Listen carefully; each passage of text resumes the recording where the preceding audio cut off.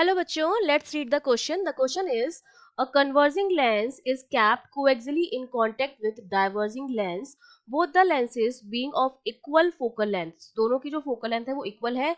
Then what is the focal length of this combination? तो इस combination की focal length क्या होगी ये हमें बताना है. तो देखिए इस क्वेश्चन को सॉल्व करने के लिए हमारा जो की कॉन्सेप्ट रहेगा, जब हम दो या दो से ज्यादा लेंसेज को कंबाइन करते हैं तो सबसे पहले हम उस कॉम्बिनेशन की क्या निकालते हैं, पावर निकालते हैं, जो कि सम ऑफ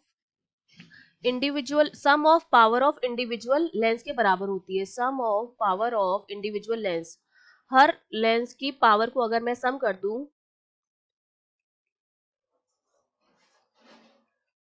तो वो मेरे क्या आ जाएगी, कॉम्बिनेशन की पावर आ जाएगी. और हम जानते हैं कि जो पावर होती है वो फोकल लेंथ की क्या होती है, रेसिप्रोकल होती है, 1/f होती है. तो यहाँ से अगर मुझे फोकल लेंथ निकालनी है कॉम्बिनेशन की तो मेरी किसके बराबर हो जाएगी, 1/p के बराबर हो जाएगी. ठीक है, तो ये हमारा की कॉन्सेप्ट है.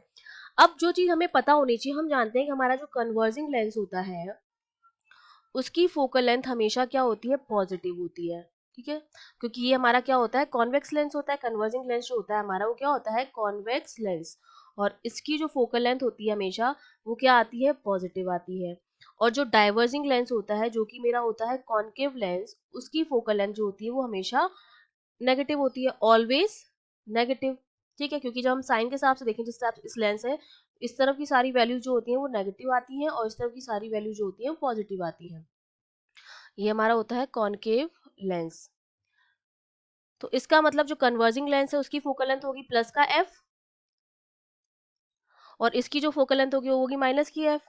क्योंकि दोनों की फोकल लेंथ जो है वो सेम है तो मैंने एफ मान लिया, लेकिन दोनों का साइन क्या होगा, अलग अलग होगा.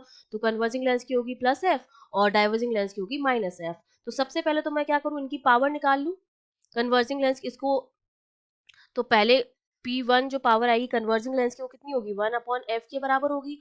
और अगर मैं P2 निकालूं डाइवर्जिंग लेंस की पावर, वो कितनी हो जाएगी, -1/f के बराबर हो जाएगी, क्योंकि इसकी फोकल लेंथ क्या थी, नेगेटिव थी. तो ये तो कन्वर्जिंग की हमने निकाल दी पावर, और ये हमने डाइवर्जिंग की पावर निकाल दी. अब हम क्या करेंगे, दोनों का अगर हम सम कर देंगे तो हमें कॉम्बिनेशन की पावर मिल जाएगी. तो P equals to P1 plus P2. तो P1 है 1/f और P2 है -1/f.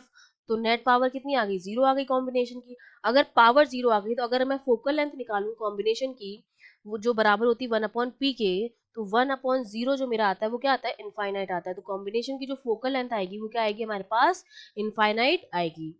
I hope you understood well. All the best.